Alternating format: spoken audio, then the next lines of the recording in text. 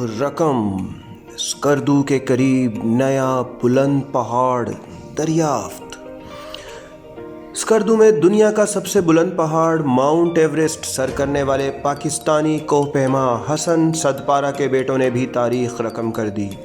Report کے مطابق یہ پہاڑی چوٹی صدپارہ گاؤں سے 8 گھنٹے پیدل مسافت پر ہے، جسے دریافت کرنے کے بعد وہاں سبز ہلالی پرچم لہرا دیا گیا۔ نئے پہاڑ کا نام حسن صدپارہ پیک رکھا گیا۔ حسن صدپارہ کا تعلق اسکردو سے کچھ فاصلے پر واقع صدپارہ گاؤں سے تھا اور انہوں نے کوہ پیمائی کا آغاز سن 1994 میں کیا تھا۔ سن 1999 سے پیشہ ورانہ کوہ پیمائی شروع کی تھی۔ حسن صدپارہ نے سن 1999 میں قاتل پہاڑ کے نام سے پہچانے جانے والے نانگا پربت، سن 2004 میں دنیا کی دوسری بلند ترین چوٹی K2، سن 2006 میں گیشا برم 1 اور گیشا برم 2، جبکہ 2007 میں براڈ پیک کو سر کیا۔